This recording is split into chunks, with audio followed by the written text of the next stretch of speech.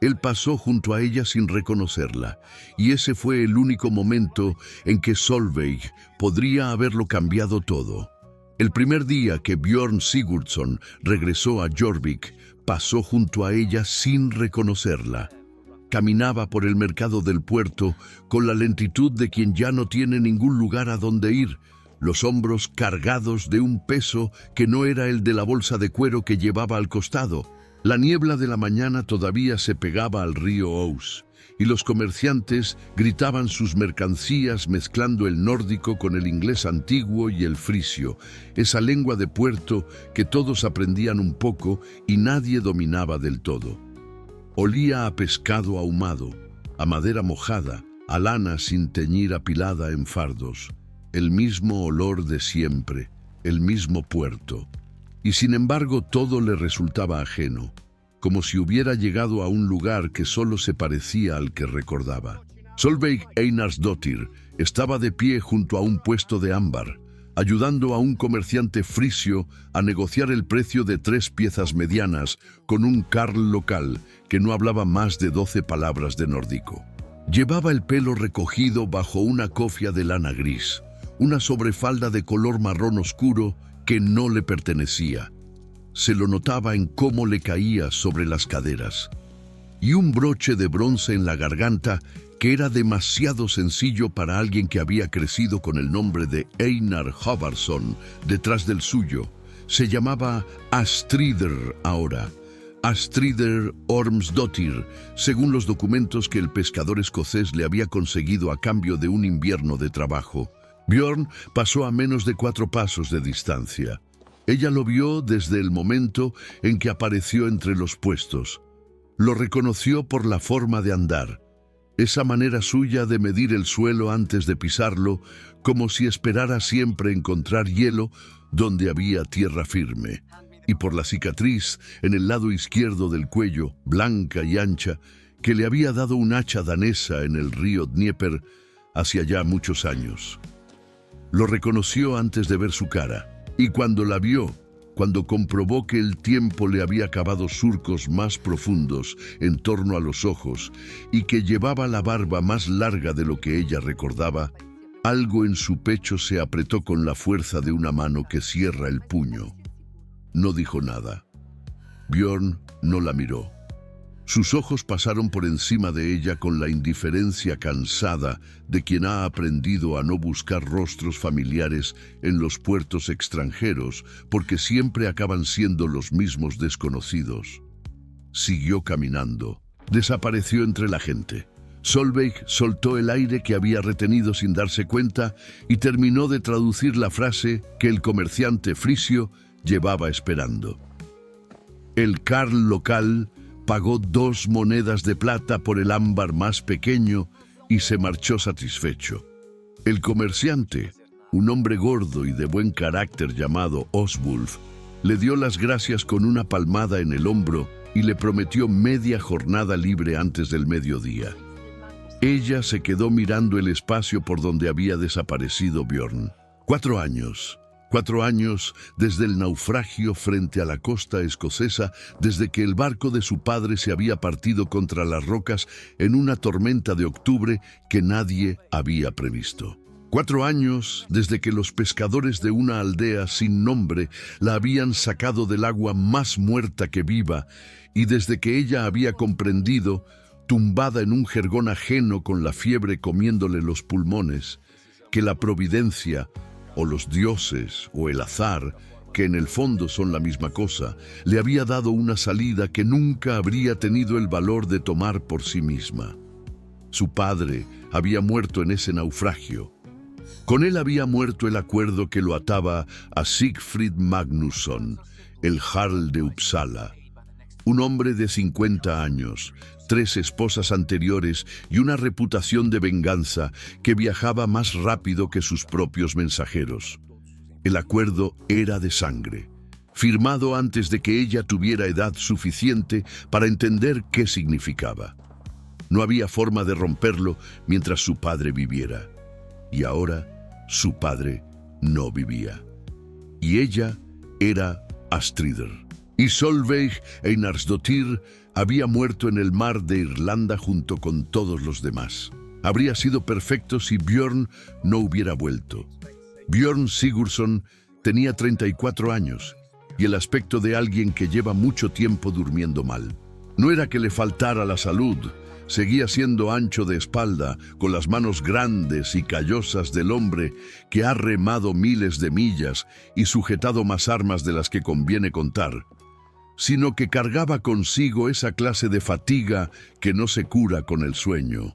La fatiga de los que buscan algo que no saben nombrar. Había salido de Jorvik 4 años antes con 3 hombres de su confianza y la intención declarada de hacer negocios en las rutas del este. Novgorod, los mercados de plata de los jarls del Vístula, quizás Constantinopla, si los vientos eran generosos. Era el tipo de expedición que un jarl con buena reputación y sin mujer ni hijos hacía de vez en cuando. Traer plata, traer pieles, traer algo que justificara haber partido. Los 3 hombres habían vuelto antes que él. 2 lo habían hecho sin una mano o sin un diente menos. El tercero lo había hecho directamente a la tierra, enterrado en algún punto entre el lago Ládoga y el río Lovat. Björn había seguido, sin propósito comercial claro, sin rumbo fijo. Constantinopla sí, había estado allí. Había servido brevemente en la Guardia Varega y había dejado ese trabajo con más cicatrices y menos convicción de la que había llevado. Las costas de Irlanda, los mercados de la Frisia, un invierno en las Islas Orcadas que prefería no recordar. Buscando, siempre buscando, algo que no tenía forma ni nombre, pero que cuando cerraba los ojos, en el peor de los momentos, tenía el pelo color miel oscura de Solveig y la manera que ella tenía de inclinar la cabeza cuando algo le parecía injusto. Nunca le había dicho lo que sentía. Eso era lo que más le pesaba. No la pérdida en sí o no solo, sino el silencio de antes. La cantidad de veces que había estado a punto de hablar y había elegido no hacerlo. Porque era complicado. Porque ella tenía un compromiso del que nunca hablaba, pero que todo el mundo en Jorvik sabía que existía. Porque él era un jarl sin tierras y sin jarl que lo respaldara. Y porque los dos eran demasiado orgullosos para ser los primeros en ceder. Y después el barco se había marchado en octubre, y la tormenta lo había tragado, y ya no había primera vez posible. El mercado de Jorvik era ruidoso y olía igual que siempre. Björn compró pan de centeno y un trozo de queso curado a una anciana que no le preguntó su nombre ni de dónde venía, que era exactamente lo que necesitaba. Se sentó en el borde de un poste de amarre y comió mirando el agua. Había llegado al final del mapa. Ya no quedaban más rutas que probar, más mercados que cruzar, más horizontes que alcanzar y comprobar que detrás solo había otro horizonte igual.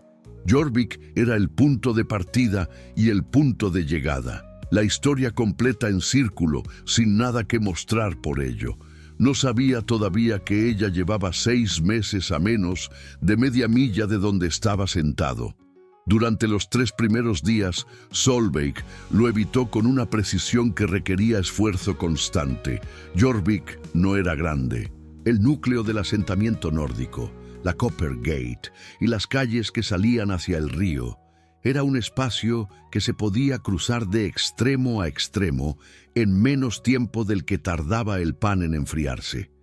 Ella conocía los ritmos del mercado, cuando aparecían los comerciantes frisios con los que trabajaba, cuando los pescadores vendían la captura de la madrugada, cuando los herreros encendían las forjas y el ruido de los martillos ahogaba cualquier otra conversación. Había aprendido a moverse por ese espacio de forma eficiente en los 6 meses que llevaba allí, y ahora reorientó esa eficiencia con un único objetivo: no coincidir con Björn Sigurdsson, lo cual habría sido más sencillo si no hubiera sentido la necesidad de saber dónde estaba él en todo momento. Lo había visto 3 veces sin que él la viera a ella. Una vez comprando cuerda en el almacén junto al embarcadero. Otra hablando con un hombre mayor al que Solveig no reconoció, cerca de la herrería donde se trabajaba el hierro para las herramientas de los barcos. La tercera vez, y esta fue la que le costó más, lo había visto de pie frente a Luce al atardecer, solo, con las manos cruzadas a la espalda y la vista clavada en el agua que se movía hacia el sur, y en esa postura había algo tan reconocible, tan completamente Björn, que tuvo que dar la vuelta y meterse en un callejón antes de que se le notara en la cara lo que estaba sintiendo. Aquella noche, tumbada en el jergón que compartía con dos de las mujeres que servían en la casa de Oswulf, tardó mucho tiempo en dormirse. No era que hubiera una decisión sencilla que no hubiera tomado todavía. Era que la decisión sencilla era la que no podía tomar. Irse. Irse de Jorvik antes de que la reconociera, antes de que el problema se hiciera más complicado de lo que ya era. Había sobrevivido 2 años en la costa escocesa sin saber muy bien para qué, y los 6 meses en Jorvik habían sido los primeros en los que había algo parecido a una vida, trabajo, un espacio, un nombre que ya casi sentía como suyo. Podía irse. Era una solución. Pero Björn estaba ahí, y ella lo había visto al borde del río con esa postura de hombre al que le queda poco para rendirse y no podía irse sin más. El 4.º día, él la encontró. No fue un encuentro dramático. Fue en el mercado de la mañana, entre los puestos de lana y los de especias secas, cuando Solveig estaba ayudando a Oswulf a discutir el precio de un cargamento de cera con un comerciante inglés que no quería ceder en el último penique. Björn apareció por el lado equivocado, el único ángulo desde el que ella no lo habría visto venir, y antes de que pudiera reaccionar, ya estaban a menos de un brazo de distancia. Él no la reconoció. Le pidió disculpas en nórdico con voz ronca, apartándose para dejar paso, con la mirada ya en otro punto. Ella respondió en el mismo idioma, con una frase breve y neutra, y él asintió y siguió andando. Solveig tuvo que apoyarse en el poste del puesto, porque las piernas le fallaron durante un instante. Oswulf la miró con curiosidad. Ella dijo que había resbalado. Él no preguntó más. Lo que no sabía Solveig era que el nombre de Björn Sigurdsson había comenzado a circular por el mercado de manera que no tenía nada que ver con su regreso. Eran los rumores lo que lo hacía. En Jorvik había 3 o 4 personas que lo conocían de antes, de cuando los dos vivían allí, y que habían notado que estaba de vuelta. Y entre esas personas había al menos una que también recordaba que Solveig Einarsdóttir había existido y que Björn había partido poco después del naufragio y que las dos cosas podían estar relacionadas. El rumor llegó a los oídos de Solveig por Hildur. Hildur era una mujer de unos 50 años que vendía hierbas medicinales y telas teñidas en un puesto fijo cerca de la entrada del mercado. Llevaba en Jorvik toda su vida, hija de padre nórdico y madre inglesa, y sabía todo lo que valía la pena saber sobre todo el mundo en un radio de media milla. No era maliciosa, era práctica, que es una forma de maldad mucho más eficiente. Le dijo a Solveig, con la naturalidad de quien comenta el tiempo, que se hablaba de que Björn había estado buscando a la hija de Einar Hovarsson durante 4 años y que había vuelto sin encontrarla, y que si alguien en el mercado sabía algo sobre esa mujer, haría bien en decirlo, porque el hombre no parecía estar en muy buenas condiciones. Solveig preguntó qué quería decir con no muy buenas condiciones. Hildur se encogió de hombros, que tenía el aspecto de alguien que ha decidido que ya no importa mucho lo que le pase. Solveig tardó 2 días más en hablar con él. Lo buscó ella. Eso fue lo que decidió, en algún momento entre la madrugada y el amanecer del 6.º día, desde que Björn había llegado, cuando el río sonaba bajo y oscuro al otro lado de las paredes de madera y las 2 mujeres que dormían a su lado no se movían. Tomó la decisión de la manera en que se toman las decisiones irreversibles, sin decírsela a nadie, sin examinarla demasiado, porque examinarla demasiado era encontrarle los defectos, y los defectos eran razones para no hacerlo. Lo encontró en la herrería de Leifer al mediodía, donde había ido a hacer reparar la hebilla de un cinturón. Entró por la puerta lateral, que usaban los clientes que esperaban. Se sentó en el banco frente a él y dijo su nombre. Él la miró, no con reconocimiento, todavía no, sino con la atención cautelosa de alguien que no sabe por qué le hablan. Ella se quitó la cofia de lana. El pelo seguía siendo el mismo.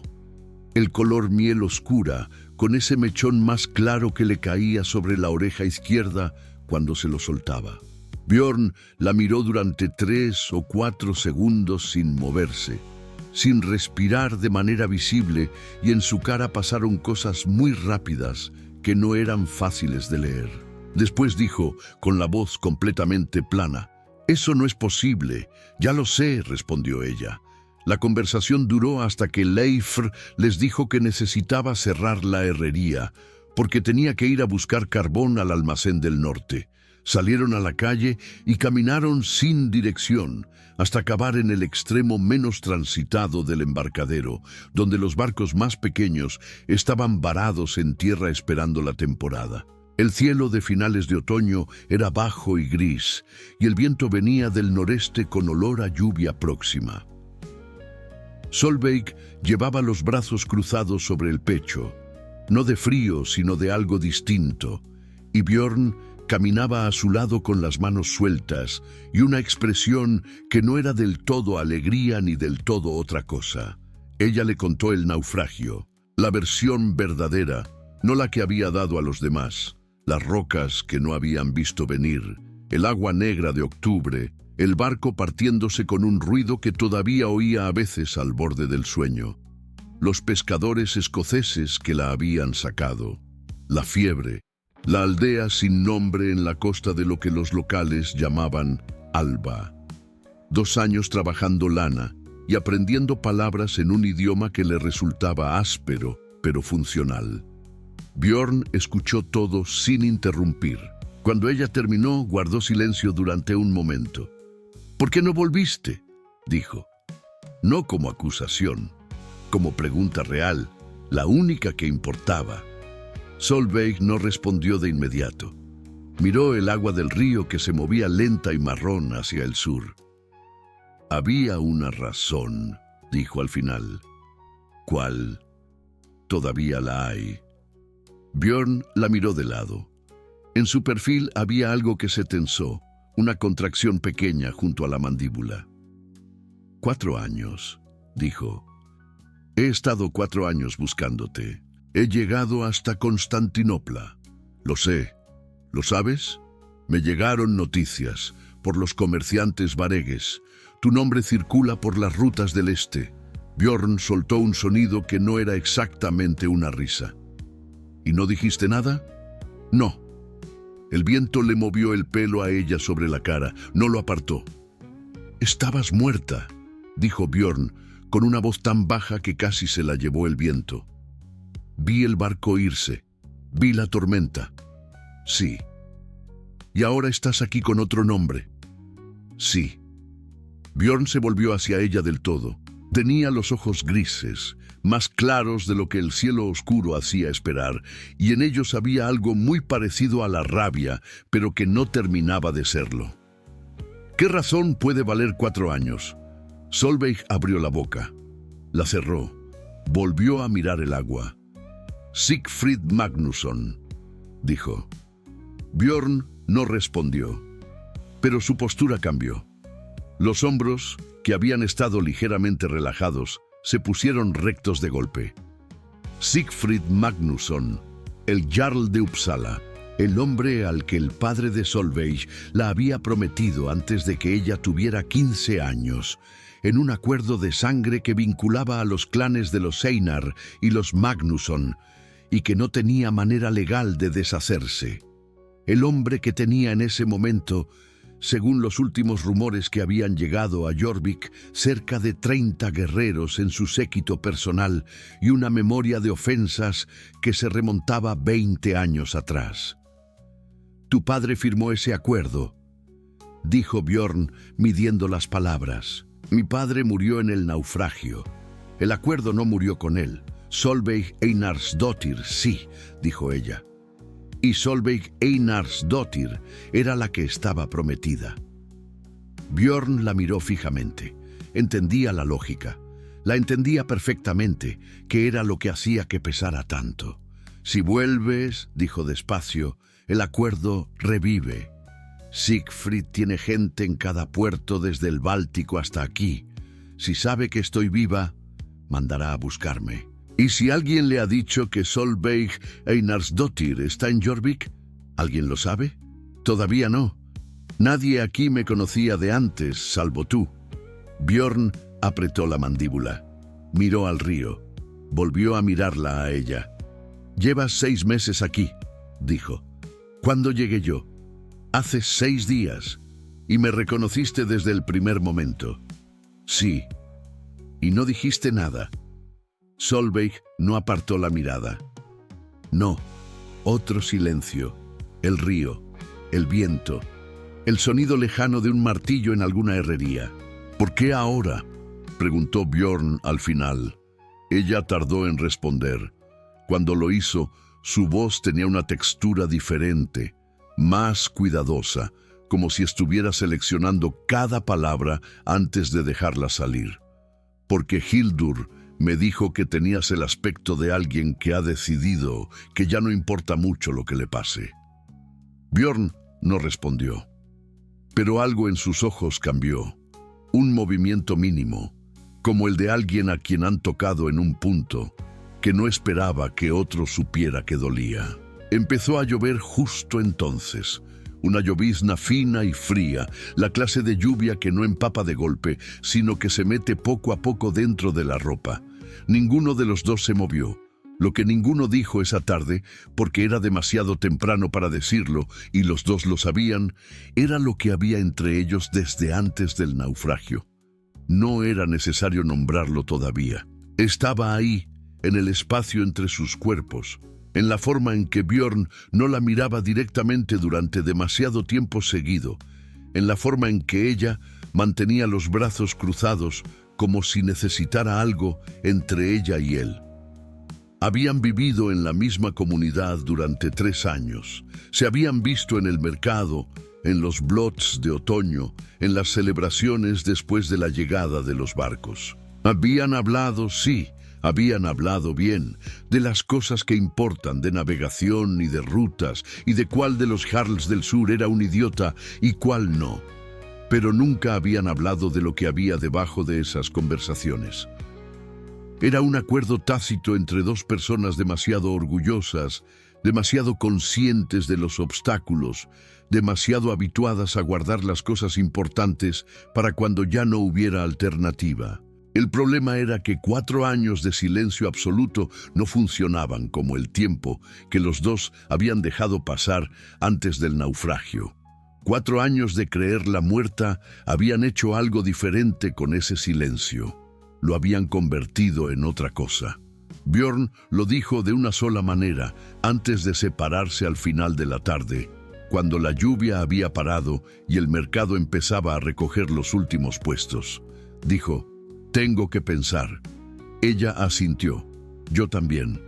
Y se separaron. Y los dos sabían que habían comenzado algo que no iba a ser posible dejar incompleto. Lo que Bjorn no le dijo a Solveig en el embarcadero fue que el nombre de Siegfried Magnusson no le era completamente desconocido. Lo había oído 2 meses antes, en los mercados de la Frisia, de labios de un comerciante sueco que llevaba pieles de marta desde el lago Mälaren. El comerciante había hablado de Siegfried como quien habla de algo que es un hecho de la naturaleza y no requiere juicio moral, que el Jarl de Uppsala era un hombre al que no convenía deberle nada, que tenía brazo largo y memoria larga, y que en los últimos meses había enviado mensajeros a varios puertos preguntando por una mujer que había desaparecido en un naufragio, preguntando específicamente si había alguna posibilidad de que hubiera sobrevivido. Björn había escuchado eso y no le había prestado más atención, porque en ese momento no sabía que tenía relación con nada que le importara. Y ahora, de vuelta en su alojamiento, un catre en el almacén de un hombre llamado Thorir, que cobraba poco y no hacía preguntas. Tumbado en la oscuridad con los ojos abiertos, la pieza encajó en el lugar correcto y el peso de lo que significaba le cayó encima de golpe. Siegfried ya estaba buscando, no como rumor, no como precaución. Ya estaba buscando activamente, con mensajeros en los puertos, con gente en las rutas comerciales. Lo cual significaba que alguien, en algún punto entre Uppsala y la Frisia, tenía alguna razón para creer que Solveig podía estar viva. Y Jorvik era uno de los puertos más importantes de la ruta occidental. Björn se incorporó en la oscuridad y se quedó sentado en el borde del catre con las manos apoyadas en las rodillas, mirando la nada. El problema era claro. Si Siegfried sabía que Solveig estaba viva y conseguía localizarla, el acuerdo de sangre revivía con todas sus consecuencias. Siegfried podía reclamarla. Podía si la familia de ella no cumplía, y la familia de ella era básicamente inexistente, con el padre muerto y sin hermanos varones.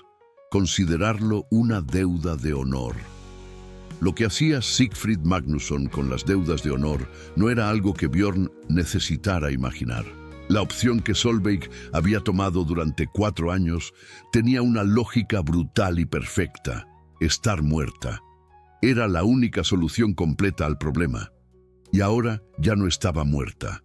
Al menos no para Björn. Se vieron al día siguiente en la mañana, antes de que el mercado empezara. Solveig había llegado antes que él al punto que habían acordado de manera implícita, el extremo del embarcadero, el mismo de la tarde anterior, y estaba de pie mirando el río cuando él apareció. El cielo era blanco y quieto, la clase de cielo que en el norte significaba que el frío estaba a punto de asentarse de verdad. Björn le contó lo que sabía sobre Siegfried y los mensajeros en los puertos. Solveig escuchó sin moverse. Cuando él terminó, ella dijo: «¿Cuánto tiempo crees que tenemos?» «No lo sé. Si tiene gente en Frisia, y aquí es la siguiente parada lógica en la ruta. Semanas. Quizás menos. Entonces me tengo que ir». No era una pregunta, era una conclusión, dicha con la voz plana de quien ha llegado al final de un razonamiento y no le gusta a dónde lleva, pero no ve otra salida. «Hay otra opción», dijo Björn. Ella lo miró. Si hubiera alguien en Jorvik con suficiente influencia para complicarle las cosas a Siegfried. No hay nadie. Los Jarls que controlan este puerto no tienen ningún interés en meterse en disputas del Báltico. Y aunque lo tuvieran, ¿qué les importaría una intérprete de comerciantes frisios que ni siquiera existe oficialmente? Que no importas oficialmente es el problema, dijo Björn. Astridr Ormsdottir no tiene protección. Pero Solveig Einarsdottir, si hubiera alguien que respondiese por ella. Si hay alguien que responda por Solveig Einarsdottir, Siegfried sabe que está viva. Siegfried ya lo sospecha, por eso está buscando. Silencio. El río. Un par de gansos cruzando el agua baja. «Estás hablando de declarar la disputa abiertamente», dijo Solveig. «De plantar cara a un jarl de Uppsala desde Jorvik. Estoy hablando de que si alguien aquí tuviera razones de peso para ponerse delante de ella, Siegfried tendría que pensárselo 2 veces antes de actuar. ¿Qué clase de razones?» Björn no respondió de inmediato. Los dedos de su mano derecha buscaron el borde del cinto, donde no llevaba espada porque no era el tipo de hombre que iba armado al mercado, y lo encontraron y lo soltaron y volvieron a encontrarlo. El tipo de razones que un marido tendría, dijo al final. Solveig lo miró durante un momento muy largo. Eso no lo dices en serio, dijo. Lo digo completamente en serio. Björn, ¿no puedes? Un acuerdo de sangre cede ante uno más reciente si hay testigos y si la familia de la mujer lo acepta. No tengo familia, lo cual significa que la decisión es tuya. Otro silencio, más largo. Solveig se volvió hacia el río y Björn vio en la línea de su cuello y sus hombros algo que no era solo tensión, sino algo más parecido a la lucha de alguien que está sosteniendo dos cosas que no caben juntas. Eso sería ponerte a ti delante de Siegfried, dijo ella al final, sin volverse. Si no acepta que el acuerdo ha caducado y no lo aceptará, vendrá a buscarme y vendrá a por ti también. Tienes 30 guerreros en su séquito, Björn. Tú tienes 3 hombres, si es que todavía tienes 3 hombres. 2, dijo él. Uno se quedó en Constantinopla. 2 hombres contra 30. Los números no son siempre lo que parece en un conflicto de honra. Si hay un thing, si hay testigos, si el caso es sólido, si hay un thing, Siegfried simplemente no lo acata y actúa antes de que nadie pueda impedírselo. Tiene el rango y tiene el poder. Es lo que hacen los Jarls con las disputas que no les convienen. Tenía razón. Björn lo sabía. No había argumento que refutara eso. Se quedaron los dos callados durante lo que pareció mucho tiempo. El frío era constante, sin viento pero denso, el tipo de frío que se asienta en los huesos de manera gradual y sin avisar. Irse es la opción segura, dijo Björn. Sí. ¿A dónde?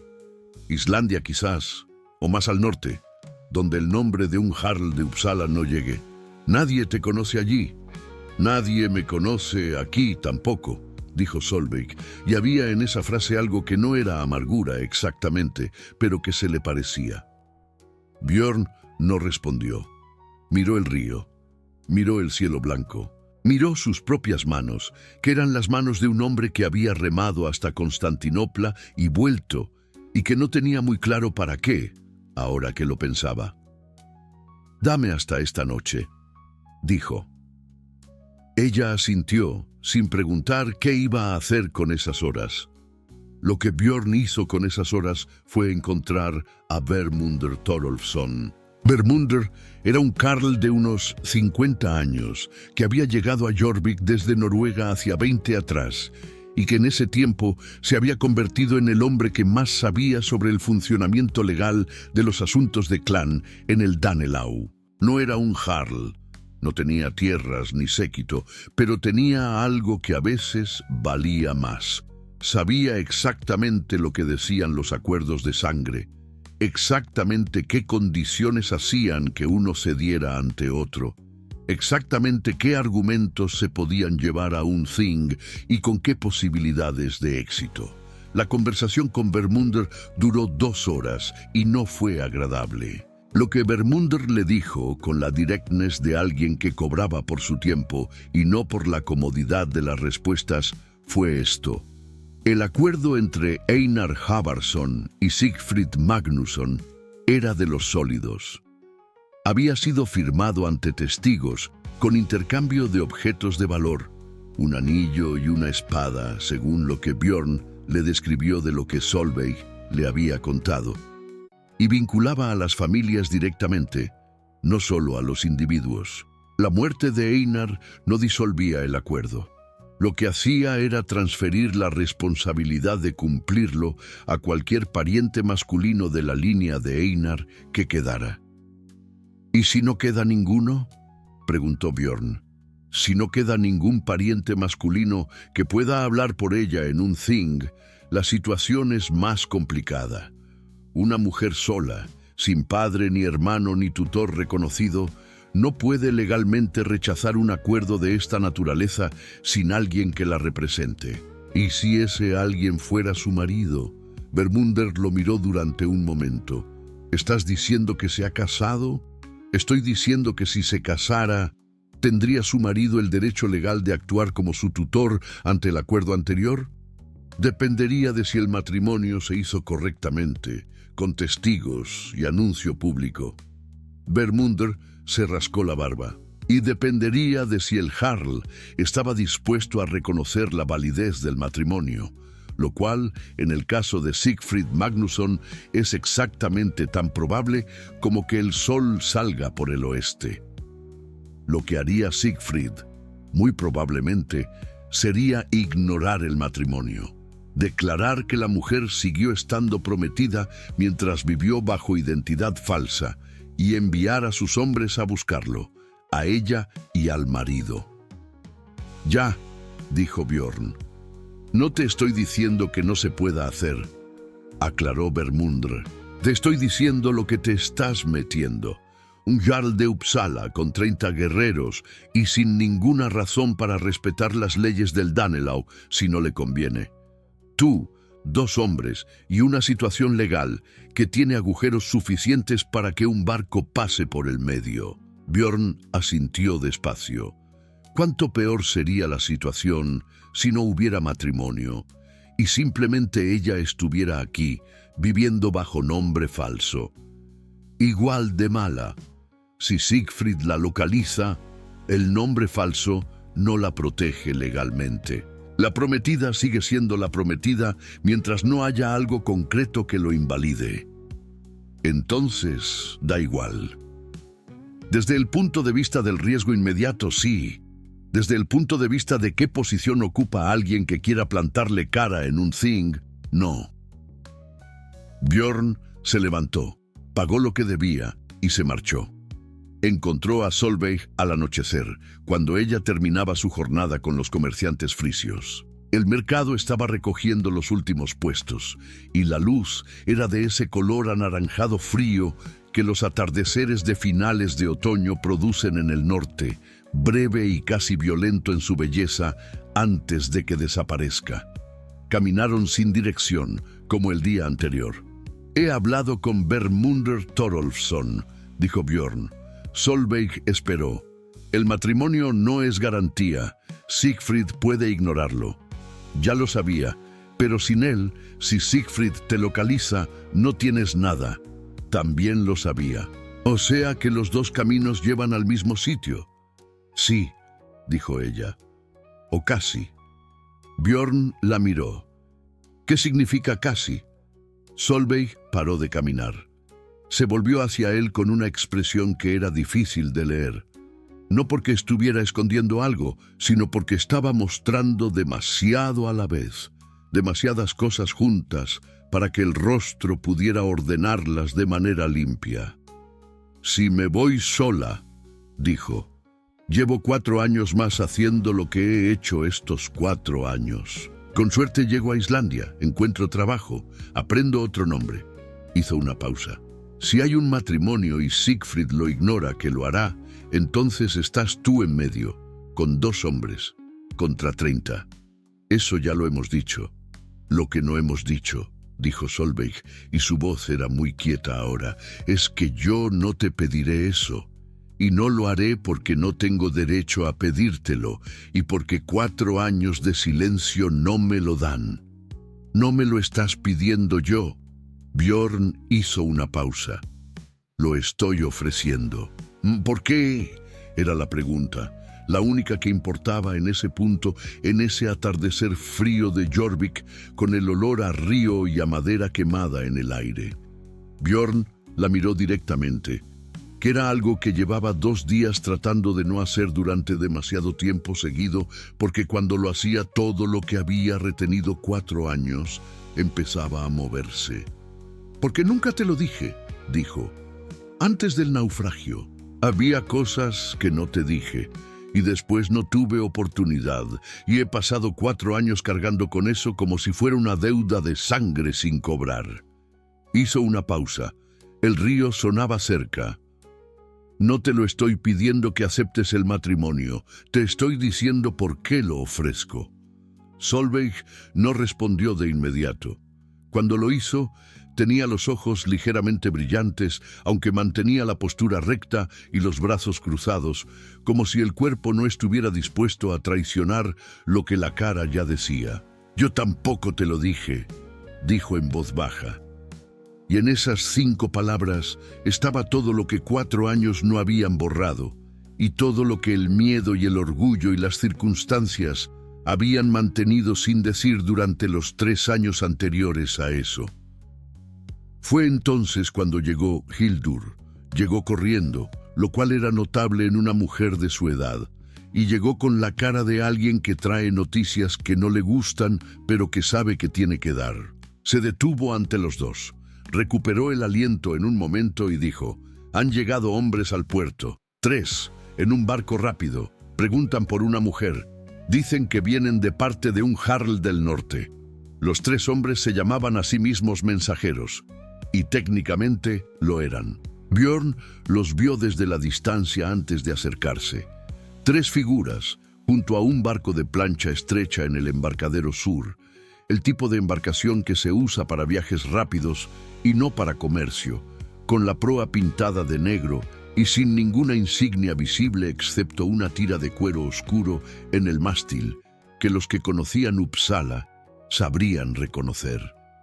Uno de ellos hablaba con el encargado del embarcadero. Los otros 2 miraban al mercado con la expresión paciente y atenta de los hombres que han buscado muchas cosas en muchos puertos y saben que la paciencia es más eficiente que la prisa. Björn no fue hacia ellos. Fue hacia Thorir, su arrendador, que tenía una longhouse pequeña y desordenada a 2 calles del embarcadero y que, más importante, tenía 2 hombres a su servicio que llevaban armas y sabían usarlas, y que en el pasado habían hecho trabajo de guardia para personas que pagaban correctamente. La negociación fue breve y directa. Björn pagó. Thorir no preguntó. Después fue a buscar a sus 2 hombres, Ulfre y Ketil, que llevaban en Jorvik desde antes que él, y que habían esperado su regreso sin prisa ni expectativas especiales. Y les explicó la situación con la misma directness que había usado con Vermundur. Había una mujer, había un jarl del norte con pretensiones sobre ella, había 3 mensajeros en el puerto que podían convertirse en 30 guerreros si se les daba el tiempo suficiente para mandar aviso. «¿Qué quieres que hagamos?», dijo Ulfr, que era el mayor de los 2 y el menos dado a las preguntas innecesarias. «Que los mensajeros no encuentren lo que buscan esta noche», dijo Björn, «y que si mandan aviso a su jarl, el aviso diga que no hay nada aquí para él». «Eso es más fácil de decir que de hacer, lo sé», Ulfr asintió. Ketil ya estaba abrochándose el cinturón. Lo que pasó durante las siguientes horas fue menos dramático de lo que podría haber sido y más peligroso de lo que parecía desde fuera. Los mensajeros de Siegfried preguntaron. Hildur, a quien Björn había hablado antes de que oscureciera del todo, les dijo que no había visto a ninguna mujer que respondiera a esa descripción. El encargado del embarcadero, que era inglés y no sabía ni le importaba nada de los asuntos de los jarls del norte, dijo lo mismo. Los mensajeros preguntaron en 3 puestos más del mercado y obtuvieron 3 respuestas negativas de personas que, o bien no sabían nada, o bien habían decidido que no querían saber. Pero los mensajeros no eran tontos. Sabían lo que significaba una serie de negativas demasiado uniformes. Se retiraron al barco para la noche, sin partir, sin mandar aviso todavía, con la paciencia de quienes saben que la mañana siguiente puede ser más productiva. Björn lo sabía también, y sabía que la mañana siguiente era el límite. Lo que hizo aquella noche fue ir a buscar a Solveig. La encontró en la casa de Oswulf, sentada junto al fuego, con la espalda recta y las manos en el regazo, con el aspecto de alguien que ha estado esperando y que ha usado ese tiempo en llegar a una conclusión. Oswulf no estaba. Las otras mujeres sí, pero Björn les habló en voz baja y se alejaron con la discreción de quien sabe cuándo no hace falta estar. Están en el puerto, dijo Björn. Lo sé, mañana volverán a preguntar con más sistema. Lo sé. Solveig, me voy esta noche, dijo ella. Hay un barco que sale hacia las Orcadas antes del amanecer. El capitán me debe un favor. Björn la miró. Las Orcadas no son Islandia. No, pero es un paso en esa dirección, y es esta noche y no la semana que viene. Silencio. El fuego crujía. El olor a madera quemada y a grasa de cocina llenaba el espacio pequeño de la Longhouse. Entonces, esta es la decisión, dijo Björn, no como pregunta, sino como comprobación. Sí. ¿Y lo de ayer? Solveig lo miró. En su cara estaba todo lo que no había dicho durante 3 años más 4, y era demasiado para un solo gesto, pero estaba.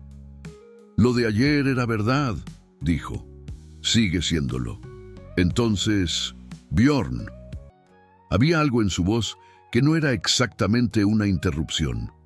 Era más parecido a una parada, el tipo de parada que se hace cuando hay que elegir entre 2 verdades y las 2 son reales. Si te quedas aquí y los mensajeros me atan a este lugar, Siegfried vendrá. No en semanas, en días. Y si estás en medio, no importa cuántos hombres tenga Thorir, ni lo sólido que sea el caso en un thing, porque Siegfried no acata los things que no le convienen. Eso lo sabes. Lo sé. Y si vienes conmigo, si vengo contigo, los mensajeros sabrán que alguien se fue en el barco de las Orcadas y Siegfried sabrá a dónde buscar. Exacto.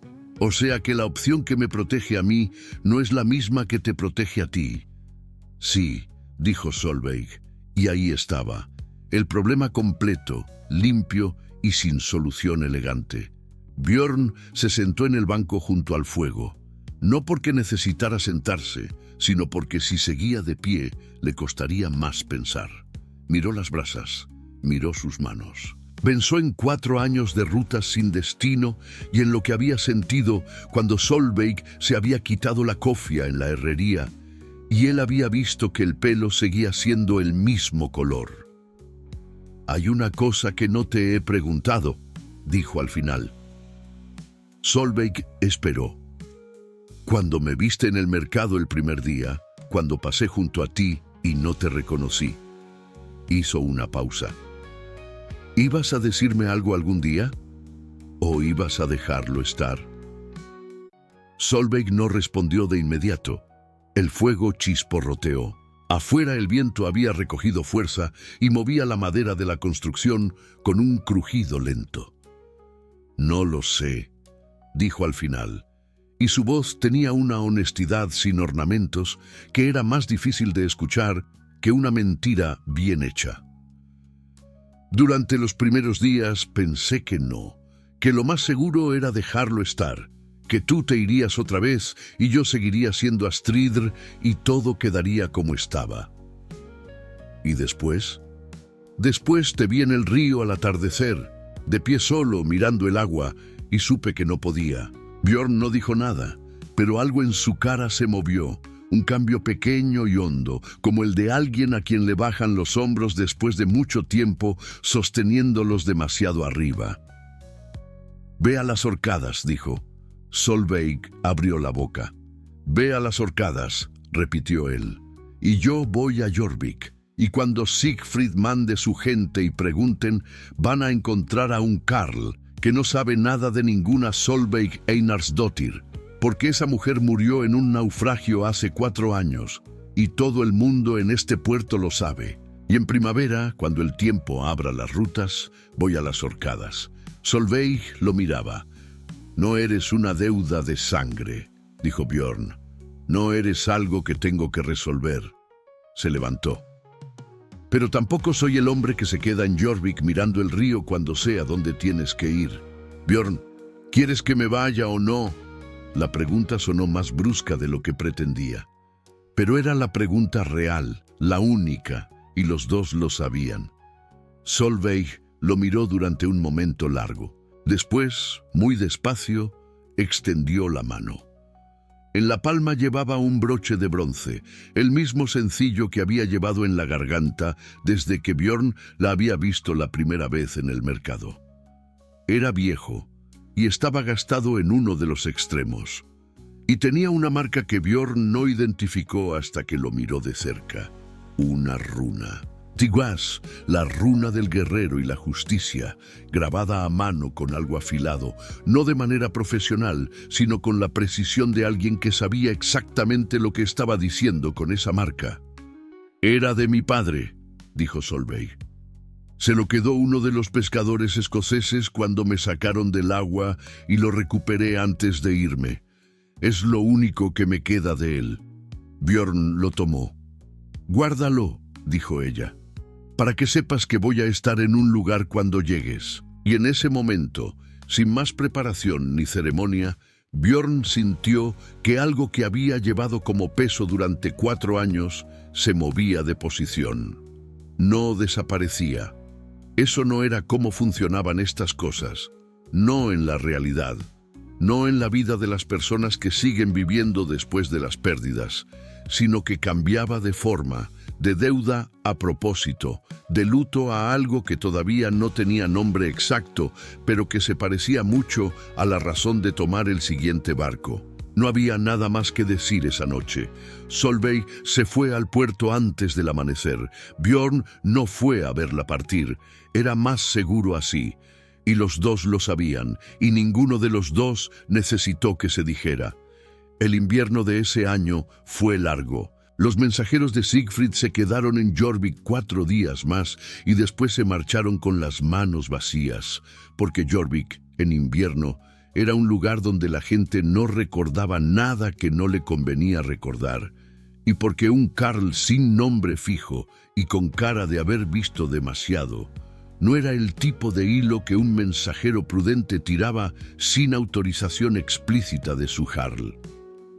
Björn pasó el invierno trabajando. Reparó 2 barcos en el embarcadero de Thorir. Ayudó en la forja de Leifr durante los meses más fríos, cuando las corrientes del Ouse se cubrían de una película de hielo en los bordes y el mercado se reducía a la mitad. No habló de Solveig, no habló de las horcadas. Habló con Vermundur Thorolfsson 2 veces más sobre los detalles de los acuerdos de sangre y sobre los límites de lo que un jarl de Uppsala podía legalmente exigir fuera de su territorio. Tomó notas mentales. Aprendió lo que necesitaba aprender. En enero llegó un rumor desde el norte diciendo que Sigfrid Magnusson había muerto de una fiebre de invierno en Uppsala. Björn lo escuchó de labios de un comerciante sueco en una de las tabernas junto al puerto, y no dijo nada. Pidió otro cuenco de cerveza de cebada y se quedó sentado frente al fuego durante un rato largo, con el broche de bronce apretado en la mano cerrada dentro del bolsillo de la túnica, y pensó en todas las cosas que el mundo hacía sin que nadie se lo pidiera, para bien y para mal, con una indiferencia absoluta hacia las historias que las personas construían alrededor de sus propias vidas. El rumor se confirmó en febrero. Sigfrid Magnusson había muerto sin heredero directo de sangre completa. La disputa del clan de los Magnusson iba a mantenerse ocupada durante años, lo cual no resolvía nada de lo que había entre Björn y Solveig. No cambiaba lo que se habían dicho, no devolvía 4 años, pero cambiaba el peso de lo que estaba por delante. En primavera, cuando el hielo cedió en el río y los primeros barcos de la temporada empezaron a llegar con las noticias del mar abierto, Björn pasó el broche de bronce a la mano izquierda, donde lo llevó durante el resto del invierno, y empezó a preguntar sobre barcos con destino a las Orcadas. Lo que encontró en las Orcadas no fue lo que esperaba, porque nunca es así. Solveig había pasado el invierno en una aldea de pescadores en la costa de Mainland, trabajando como intérprete entre los colonos nórdicos y los locales pictos, que hablaban una lengua que era a medias gaélico y a medias algo más antiguo. Había aprendido palabras suficientes de esa lengua como para ser útil en los asuntos cotidianos y había construido en esos meses el principio de una vida que era pequeña, pero era completamente suya. Björn llegó en un barco de carga a finales de mayo, con el sol de verano todavía bajo en el horizonte a las 10 de la noche, y el viento del norte trayendo olor a turba quemada desde las colinas. Ella estaba en el puerto cuando atracaron. No porque lo supiera, no lo sabía, sino porque había ido al puerto esa tarde a comprar aceite de ballena a un comerciante noruego, y el barco de Björn llegó mientras ella todavía estaba negociando el precio. Lo vio bajar de la borda. Él la vio a ella desde el barco, y aquí podría haber un gesto dramático, una frase memorable, algo que los escaldos pudieran tomar y convertir en estrofa. Pero lo que hubo fue esto. Björn terminó de bajar la pasarela con el saco al hombro, caminó hasta donde ella estaba y extendió la mano con el broche de bronce en la palma. Solveig lo miró. Después lo miró a él. «Ha muerto», dijo Björn. Ella lo supo a qué se refería. Asintió despacio. «¿Lo sabías?» «Me llegaron noticias en febrero. ¿Y no mandaste aviso?» «No sabía si ibas a venir de todas formas», dijo ella. Björn guardó silencio durante un momento. Después dijo, «Iba a venir de todas formas». Solveig tomó el broche de su palma. Lo sostuvo un momento y después se lo devolvió. No como devolución, sino como algo distinto, el gesto de alguien que pone algo valioso en manos de quien puede guardarlo. «Entonces quédatelo», dijo. Pasaron 20 años. En las Orcadas hay una runestone pequeña, plantada en el extremo del embarcadero de una aldea en la costa norte de Mainland, que no lleva nombres propios. Lleva 2 runas, Tiwas y Otala, la del guerrero y la del hogar. Los locales dicen que la puso un hombre nórdico que llegó desde el sur hace muchos años y que se quedó porque encontró lo que había ido a buscar, aunque nadie recuerda exactamente qué era.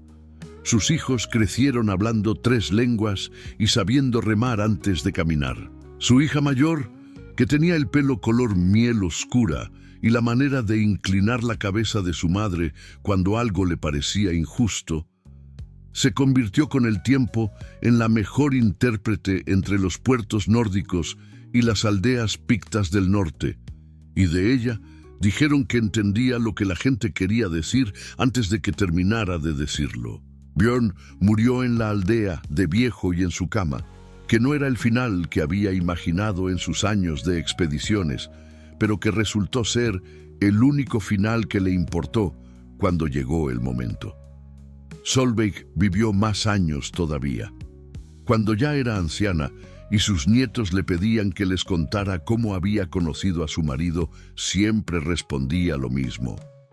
Él viajó el mundo entero buscándome, pero yo estaba más cerca de lo que pensaba. Y nunca aclaraba qué quería decir con eso, si era el mundo el que era más pequeño de lo que parecía, o si era la distancia entre 2 personas la que podía resultar más corta que cualquier mar, cuando las 2 querían acortarla. Los nietos aprendieron a no preguntar 2 veces. En el puerto la runestone sigue en pie. Si esta historia de silencio, honor y amor que sobrevive a la tormenta te llegó al pecho, compártela con alguien que sepa que a veces el camino más largo termina exactamente donde siempre debió terminar.